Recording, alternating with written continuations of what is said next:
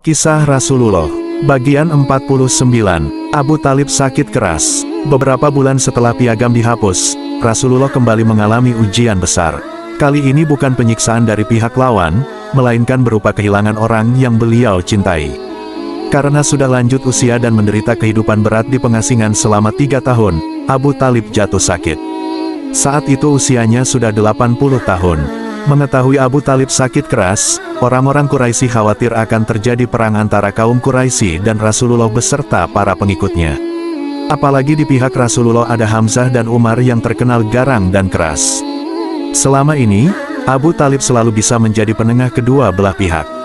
Para pemuka Quraisy menemui Abu Talib di pembaringan dan berkata, "Abu Talib, engkau adalah keluarga kami juga. Sekarang ini, keadaan antara kami dan kemenakanmu sudah sangat mencemaskan kami. Panggillah dia, kami dan dia akan saling memberi dan menerima. Biarlah dia dengan agamanya dan kami dengan agama kami pula."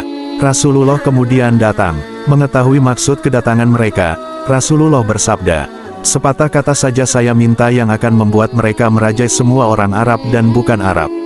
Katakanlah, demi ayahmu," kata Abu Jahal. 10 kata sekalipun silahkan.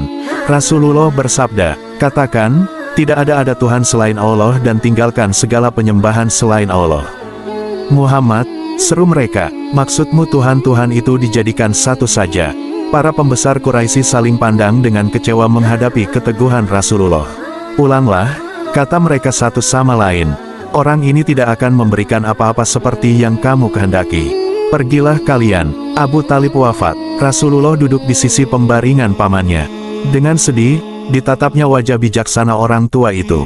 Hati Rasulullah dipenuhi rasa duka, tidak hanya karena melihat sakit sebelum maut yang diderita Abu Talib, tetapi juga karena sampai saat itu, pamannya belum juga membuka hatinya kepada Islam. Rasulullah menggenggam tangan pamannya dengan lembut. Inilah Abu Talib yang dulu mengajaknya berdagang ke Syam karena tidak tega berpisah dengannya. Inilah pamannya yang dulu merawatnya penuh kasih sayang, bahkan mencintainya melebihi kecintaan kepada anak-anaknya sendiri. Inilah Abu Talib yang membuka jalan pertemuannya dengan Khadijah dan mendorongnya menjadi pemimpin kafilah dagang Khadijah. Inilah Abu Talib yang selalu menjadi pelindungnya sejak dirinya menjadi yatim sampai menjadi utusan Allah. Abu Talib membuka matanya yang sayu dan memandang Rasulullah, "Demi Allah, wahai anak saudaraku, aku tidak melihatmu menawarkan sesuatu yang berat kepada para pemuka kaummu." Sejenak timbul harapan Rasulullah akan keislaman pamannya itu. "Wahai pamanku, ucapkanlah satu kalimat maka dengan kalimat tersebut engkau berhak mendapat syafaatku pada hari kiamat." Akan tetapi, Abu Talib tetap enggan menerima ajakan tersebut. Kemudian wafatlah ia. Kini, hilang sudah seorang pelindung Rasulullah. Mulai saat ini, Rasulullah harus menghadapi semuanya sendiri. Kata-kata terakhir Abu Talib, ketika Rasulullah mengajak Abu Talib mengucapkan syahadat pada saat-saat terakhirnya, Abu Talib berkata, "Kalau saja aku tidak khawatir nasib keluargaku akan dianiaya setelah kepergianku dan kaum Quraisy bakal mengatakan bahwa aku berucap karena gentar menghadapi sakaratul maut, aku tentu mengucapkannya.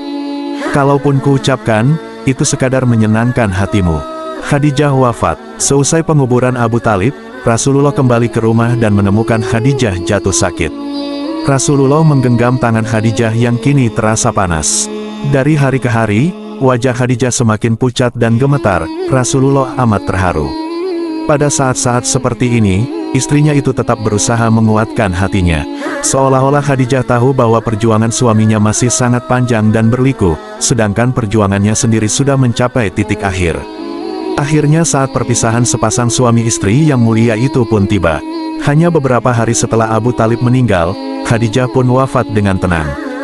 Dalam beberapa hari saja, Rasulullah kehilangan 2 orang yang sangat berarti dalam hidupnya, paman yang mengasuh dan melindunginya serta istri yang setia mendampingi dalam menempuh semua suka dan duka, terutama setelah beliau diangkat menjadi Rasul selama 10 tahun terakhir kehidupan mereka.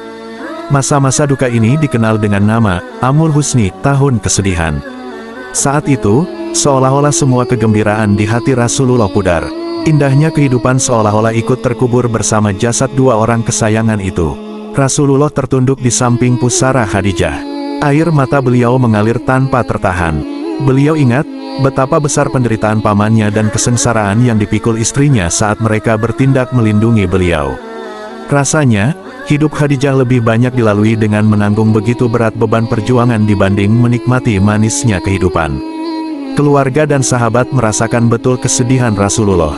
Sekuat tenaga, mereka berusaha menghibur Rasulullah.